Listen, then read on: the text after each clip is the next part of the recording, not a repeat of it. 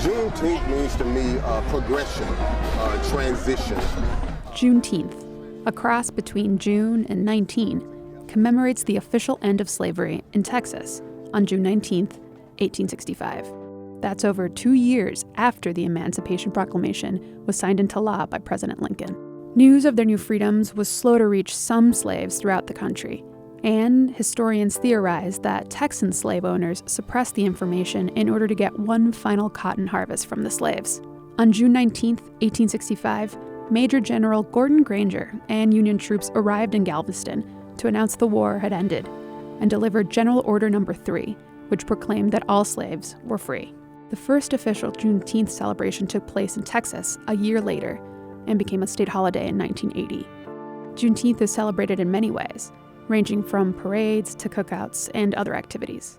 But Juneteenth isn't just about celebrations.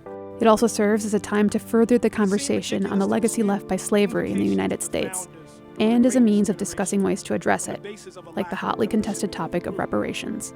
We recognize our lineage as a generational trust, as inheritance.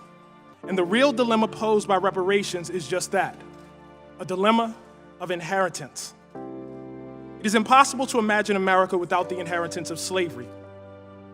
First sponsored by John Conyers in 1989 and reintroduced every session until his retirement in 2017, the Commission to Study and Develop Reparation Proposals for African Americans Act tries to tackle the subject.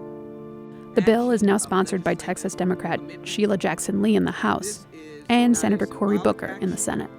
Though I am gratified that we are having this hearing on Juneteenth, and for those of us who understand Juneteenth, 2 years after the Emancipation Proclamation, there were those Africans who did not have freedom until 1865. H.R. 40 is in fact the response of the United States of America long overdue. Slavery is the original sin. Slavery has never received an apology. This commission would be comprised of members selected